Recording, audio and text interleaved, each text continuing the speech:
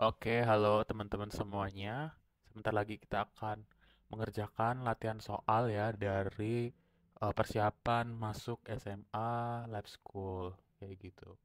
Jadi ini saya ambil dari bank-bank soal dan soal yang saya ambil ini adalah 5 soal matematika dari tahun 2006 sampai 2007. Nah, untuk pengerjaan soal ini kita harus membiasakan untuk mengerjakannya sendiri ya agar nanti udah terbiasa dalam mengerjakan ujian-ujian atau soal-soal baru. Nah, untuk waktu pekerjaannya sendiri yaitu 10 menit. Jadi nanti teman-teman bisa timer record untuk ngerjain gitu.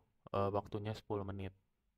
Nah, jadi di sini ada 5 soal, semoga teman-teman bisa mengerjakannya dengan baik ya. Setelah dikerjakan baru bisa langsung melihat pembahasan dan jawaban di video selanjutnya. Oke, di soal pertama ini merupakan soal polanya jadi gini untuk mengerjakannya berarti nanti kita bisa dapat akar-akarnya ya dari masing-masing persamaan kuadrat kayak gitu nanti akar per akar. Nah, nanti bisa kita sederhanain nih akarnya. Kita bisa coret kalau ada akar yang sama. Jadi nanti dapat hasil yang lebih sederhana. Contohnya seperti polanya ya di soal ya kan.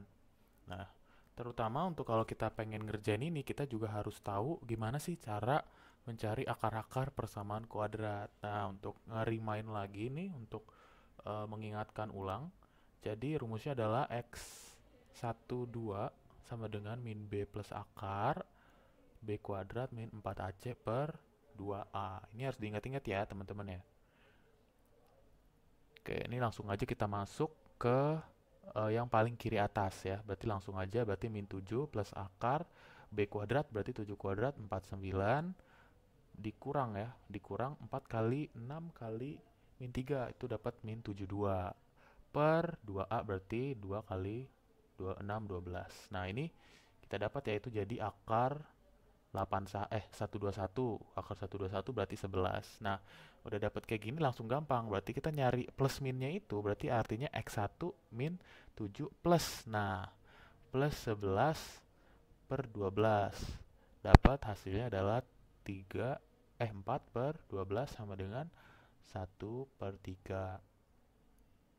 Ini untuk X1. Kalau X2 berarti kita sama tapi kita kurangin 11 kayak gitu per 12 sama dengan berarti ini dapat min 18 per 12 dapatnya min 3 per 2. Nah, kita dapat X1 X2-nya kita ubah ke posisi akar-akar ya berarti.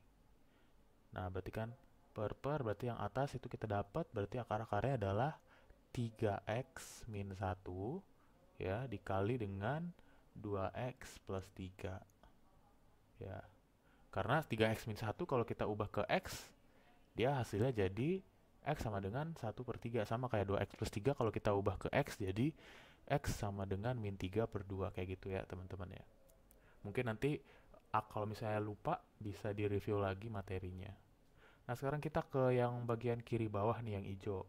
Langsung aja kita masukin aja rumusnya berarti min 1 plus minus akar di situ berarti 1 ya karena 1 kuadrat 1 dikurang dalam kurung min 24 ya karena 4 dikali 2 dikali 3 min 3 per 2A nya itu dapat dari akar 2 kali 2.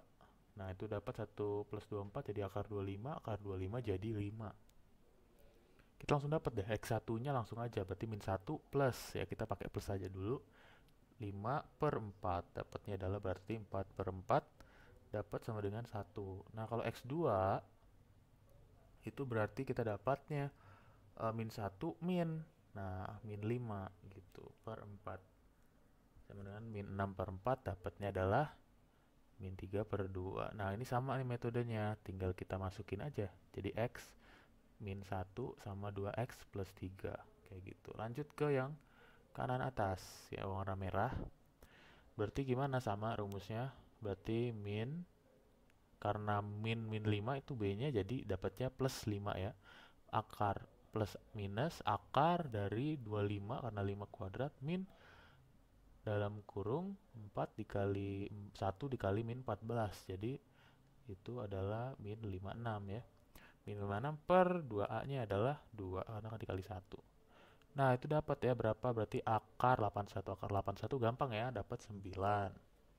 Lanjut, kita cari X1-nya gampang kayak tadi, 5 ditambah 9 per 2. Dapatnya berarti 7 ya, karena 14 per 2, 7. Yang X2-nya berarti tinggal dikurang ya, 5 dikurang 9 per 2. Sama dengan berarti min 4 per 2, ini min 2. Nah, kita langsung masukin aja ke akar-akarnya, jadi X min 7, X plus 2. Nah, yang terakhir nih, yang kanan bawah. Sekarang persamaan kuadrat yang kanan bawah, kita masukin warna ungu. Ya. Yang ungu itu jadi apa? Ya, jadi min 5, ya kan? Karena dia positif, di B-nya jadi kita kasih kali min. Plus minus akar 25 sama, karena 5 kuadrat, dikurang, ya 25 dikurang min 24.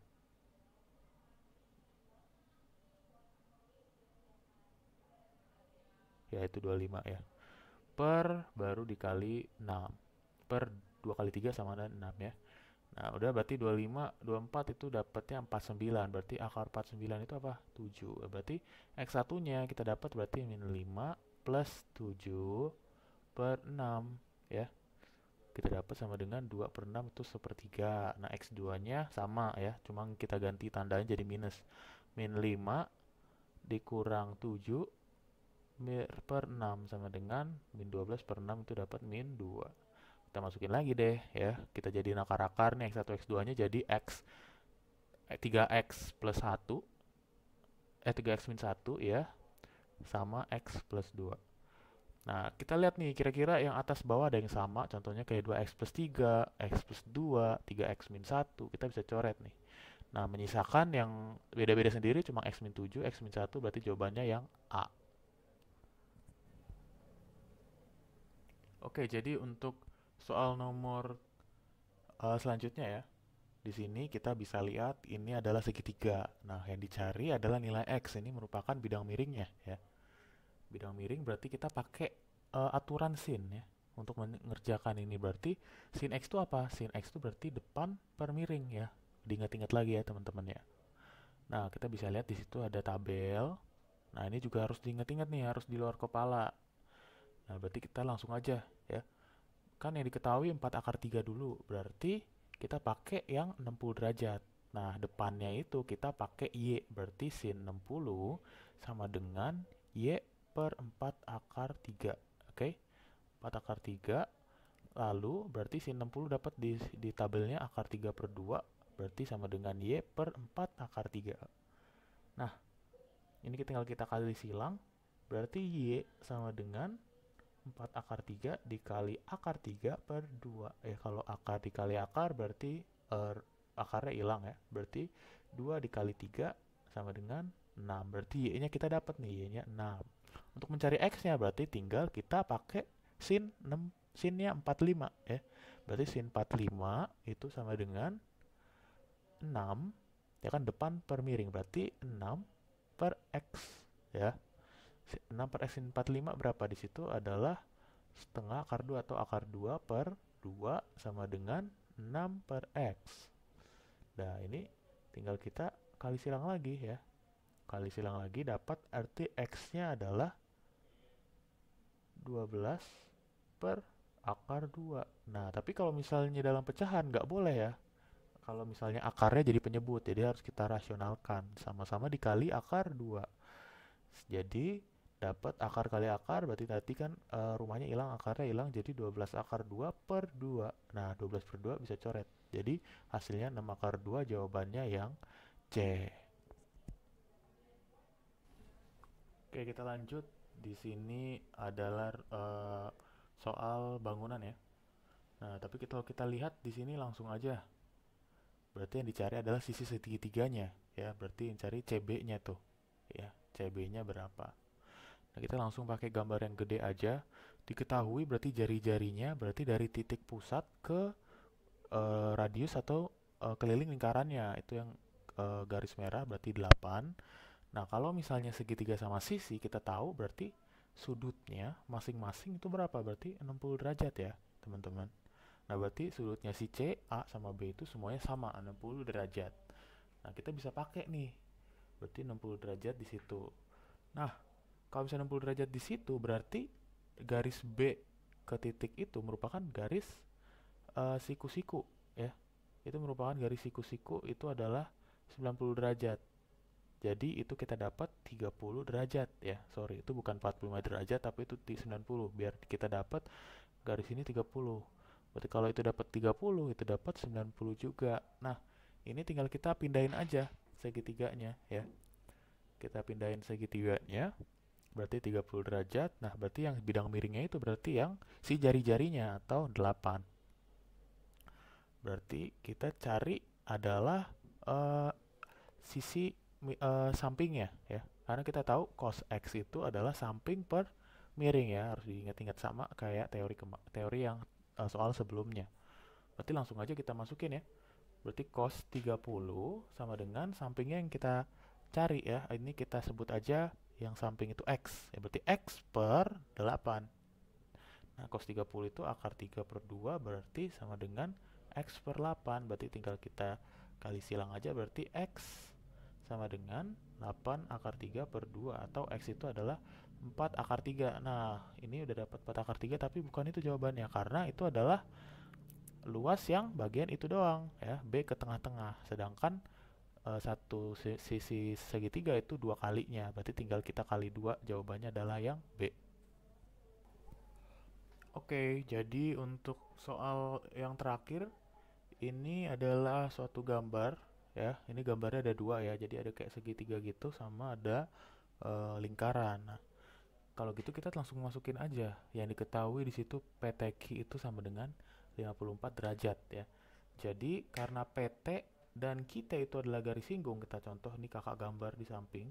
Ini ceritanya ada lingkaran, terus dia ceritanya lagi menyinggung suatu garis ya. Nah, otomatis dia membentuk apa? Membentuk dari titik sudutnya ke garis itu membentuk sudut siku-siku ya, teman-teman ya.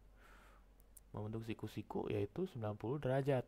Nah, berarti kita bisa simpulkan bahwa si OPT, sudut OPT itu 90 sama kayak sudut OQT karena dia sama-sama menyinggung ya. Oke, kalau gitu kita bisa dapat POQ-nya ya.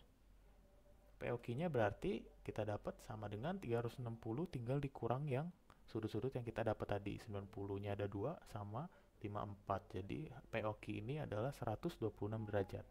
Nah, terus kalau udah dapat POQ gimana, Kak? Nah, kita lihat POQ itu 126 derajat. Nah, dapat PRQ itu ada namanya sudut istimewa dalam lingkaran ya. Kalau teman-teman masih ingat, itu pelajaran kelas 8. Jadi, hubungannya itu adalah sudut POQ itu sama dengan 2 kalinya sudut PRQ. Ya.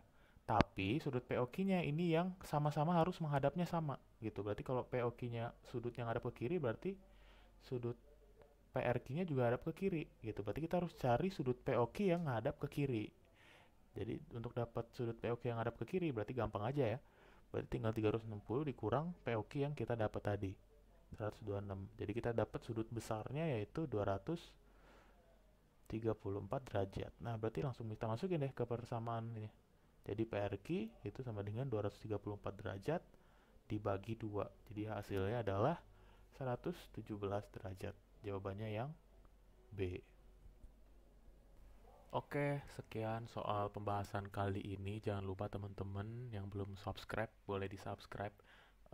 Kalau misalnya ada yang mau ngeles juga boleh hubungi nomor ini. Bye-bye, see you.